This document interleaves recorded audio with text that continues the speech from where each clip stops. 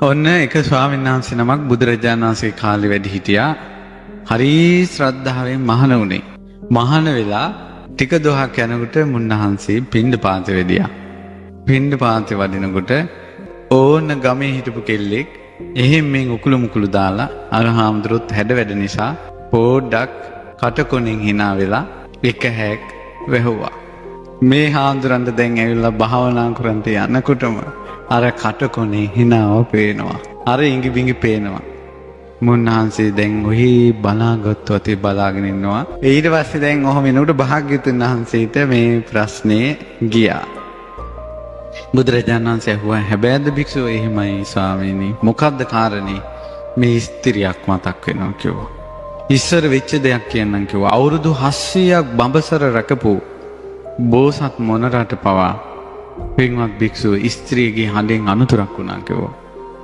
පින්වත් භික්ෂුව අතීතයේ එක සෙබඩකට බිත්තරයක් දැම්මා කිනිහිරි පොහොට්ටුව වගේ රත්තරම් පාටයි. රත්තරම් පාට මේ මොනර පැටියෙක් එළියට ආවා.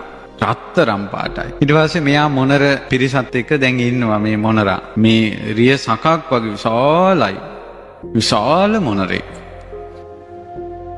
ඊට මේ මොනර දවසක් වතුර බොන්න යද්දී වතුරෙන් දැක්ක තමන්ගේ ශරීරය රත්තරම් පාටයි. ඒකට අනිත් මොනරුන්ට වැඩිය වෙනස් නිසා මේ මොනර කල්පනා කළා මට අනතුරක් වෙන්න පුළුවන් කියලා කන්දෙන් කන්දට හිමාලයේ ගිහිල්ලා කාටවත් කිට්ටු වෙන්න බැරි තැනක මොනර වාසය කළා. ඒ මොනර උදේ පාන්දරම කන්ද මුදුනට එනවා. ගල් පර්වතයේ මුදුනට. ඇවිල්ලා ගාථාවක් කියනවා. කොහොමද ගාථාවක් කියන්නේ? උදේත යං චක්කුමා ඒක රාජා හරිස්ස වන්නෝ පටවිප්ප භාසෝ තන්තන් නමස්සාමි හරිස්ස වන්නම් පටවිප්ප භාසං තයංජ ගුත්තා විහෙරේමු දිවසං කියනවා. මේ හිරු උදාවන විට ඇස් ඇති එකම රජු ලෙස පතුරු ආරං වං රැස මහ පොළොව බබළුවන්නේ. මහ පොළොව බබළුවන හිරු මණ්ඩල නුඹ වඳින්නෙමි මම. නුඹ විසින් සුරකින්න අපි මෙදවස වසමු සුවසේ. ඒක තමයි ඒකේ ගාථාවේ අර්ථය. උඹ අද උදා වෙච්ච නිසා තමයි අපිට අද සුවසේ ඉන්න පුළුවන් වෙන්නේ. උඹට මං වඳිනවා කියලා ඉරට වඳිනවා. වැඳලා මෙන්න මෙහෙම ආරක්ෂාවක් කරගන්නවා. මොකක්ද මේ ආරක්ෂාව? සම්මා සම්බුද්ධත්වයට පත් වුණ මුනිවරුන් හට වන්දනා වේවා. යේ බ්‍රාහ්මනා වේදගු සබ්බ ධම්මේ තේ මේ නමෝ. ඒ ඇත්තන්ට මාගේ নমස්කාරය වේවා. තේජ මම්පාලයන්තු. ඒ උතුම් සම්බුදුවරු මගේ දිවි සුරකිත්වා. බුදුරජාණන් වහන්සේට වැඳලා ඒ වන්දනාවේ ආනුභාවයෙන් ඒ සම්බුදුවරු මාව සුරකිත්වා. සතර මඟඵල නුවණට මාගේ වැඳුම වේවා. උතුම් රහතුන් හට මාගේ වැඳුම වේවා. ඒ රහත් ඵලයට මාගේ වැඳුම වේවා. ඒ වන්දනාවේ ආනුභාවයෙන් ජීවිතේ සුරකින්ට කියලා සිත පතා ගන්නවා. ඒ ගාථාවේ අර්ථය ඒකයි. ඊට පස්සේ මේ විදිහට වැඳලා තමයි ගොදුරු හොයාගෙන යන්නේ. ඉමන්සෝ පරිත්තං කତ୍වා මෝරෝ චරති ඒසනම්. ඊට පස්සේ මොකද කරන්නේ? කවමදාකවත් ඇඟට ගහක කොලයක්වත් වැටෙන්නේ නැහැ මොනරගේ ඇඟට. දැන් ඊට පස්සේ ඔන්න දැන් හවස එනවා. හවස ඇවිල්ලා ඉර දැන් බැහැගෙන යනවා. බැහැගෙන යන ඉරට වඳිනවා. කොහොමද වඳින්නේ? අපේත යං චක්කුමා ඒක රාජා හරිස්ස වන්නෝ පටවිප්ප බාසෝ තන්තන් නමස්සාමි හරිස්ස වන්නම් පටවිප්ප බාසං තයජ්ජ ගුත්තා විහෙරේමු රත්තින් කියනවා. පතුරු ආරන් වන් රැස බබළුවා මේ පොළොවද ඇස් ඇති එකම රජු ලෙස හිරු මණ්ඩල බැස යන විට මහා පොළොව බබළුවන හිරු මණ්ඩල නුඹ වඳින්නෙමි මම. නුඹ විසින් සුරකින්න අපි මෙරයද වසමු සුවසේ. මේ විදිහට පිරිත් කරලා තමයි මෙයා වාසය කරන්නේ. මේ විදිහට මේ ගාථා කියමින් මොනරා අවුරුදු 700ක් හිටියා කියනවා. ඒ 700 මොනරට බයක් ඇති ගැනීමක් ලොමු දැහ ගැනීමක් කවදාවත් ඇති වෙලා නැහැ මේ ගාථාවේ බලයට. බරණැස් නුවර රජුරුවන්ගේ බිසෝනාංශේ හීනෙන් දැක්කා රත්තරම් මොනරෙක්ගෙන් බණ අහනවා. මේ කේමා කියන බිසව මේ බිසෝ කල්පනා කළා මේක මම රජ්ජුරුවන්ට කිව්වොත් එහෙම රජ්ජුරුවක පිළිගන්නේ නැහැ. දොළ දුකක් කියලා කියන්න ඕන කියලා රජ්ජුරුවන්ට කිව්වා රජතුමනි මට දොළ දුකක් උපන්නා. ඊට පස්සේ කිව්වා මොකද්ද? රත්තරම් මොනරෙක්ගෙන් බණ අහන්න ඕන කිව්වා. ඊට පස්සේ මේ බමුණෝ පුරෝහිතයෝ ගෙන්නලා ඇහුවා. ඊට පස්සේ කිව්වා රත්තරන් මොනරු ඉන්න පුළුවන්. රත්තරන් පාට මාළුවොත් ඉන්නවනේ. රත්තරන් පාට මිනිස්සුත් ඉන්නවනේ. ඒ නිසා වෙන්න පුළුවන්. වැද්දෝ ගෙන්නුවා. එක වැද්දෙක් කිව්වා මම නම් දැකලා නැහැ.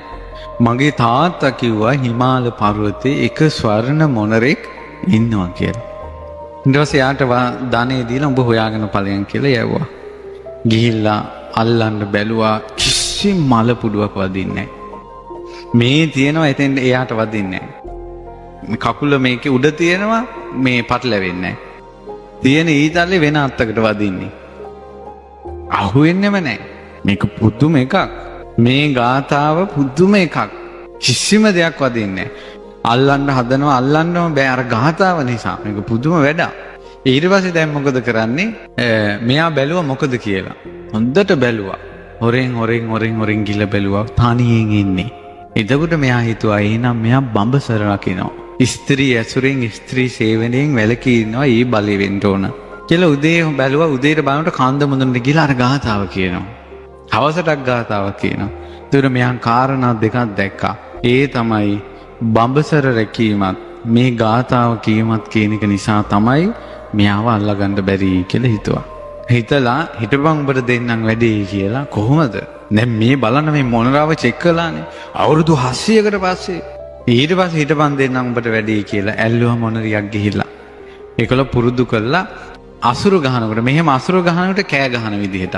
එතකල් කෑ ගහන්නේ අසුරු ගහපොන් තමයි කෑ ගහන්නේ. සෙබඩ. අප්පුඩි ගහපොන් නටනවා. මේ විදිහට පුහුණු කළා මේකේ අරන් ගියා. සෙබඩ අරන් ගිහලා අර කන්දේ ඉඳලා හවස් කාලේ වෙලා උදේ කන්දේ නගින්න කලින් කන්දට නැගලා ගාතාව කියන්න කලින් අසුරු ගෙවුවා. ගහපු ගමන් සෙබඩ කෑ ගැහුවා. අවුරුදු 700ක් ඇති වෙච්ච නැති රාගය අලු යට තිබ්බ ගිනි පුපුරක් වගේ මතුවලා. ගැහුවා අපුරියා මේකේ නටන්න ගත්තා. සොකරි වගේ. ඊට පස්සේ බෝසත් මොනරට අමතකුණා ගාතාව. දැන් මොකද උනේ? අර මෙහි ඇතුලෙන් ආපු ගින්න දරා ගන්න බෑ මොනරට. වේගෙන් ආවා. හරියටම වැද්දා ඒ ඇවිල්ලා තියෙන තැනටම තොණ්ඩුව මේ හැදුවා. අර සෙබඩ ළඟට යන්න කලින් කකුලේ මේ පැටලුණා.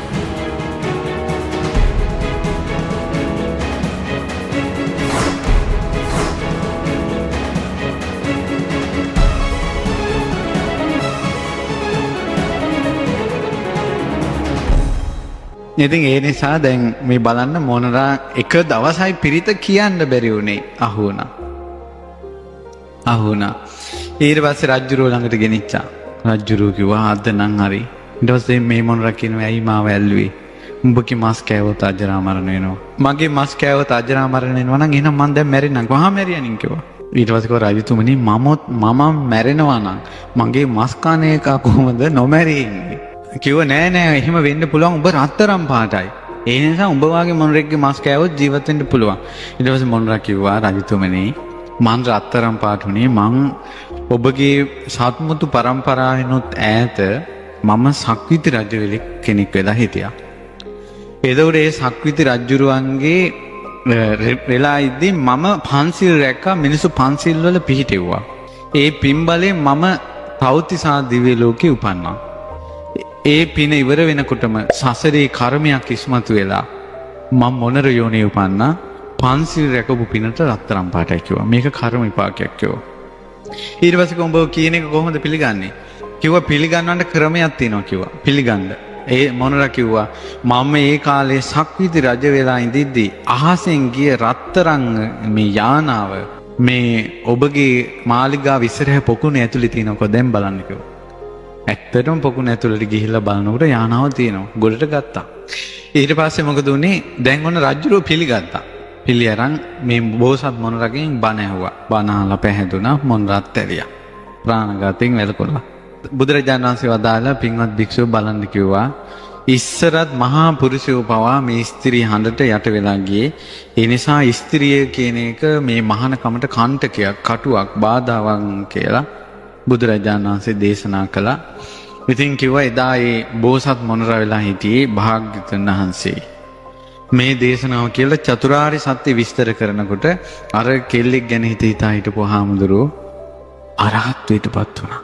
පින්වත්නි, කෙල්ලෙක් ගැන හිත හිතා ඉන්න කෙනෙකුට ජාතක කතාවක් කිව්වට පස්සේ අරහත්වයටපත් වෙනවා කියන එකක් අපිට අද හිතා ගන්න බෑනේ.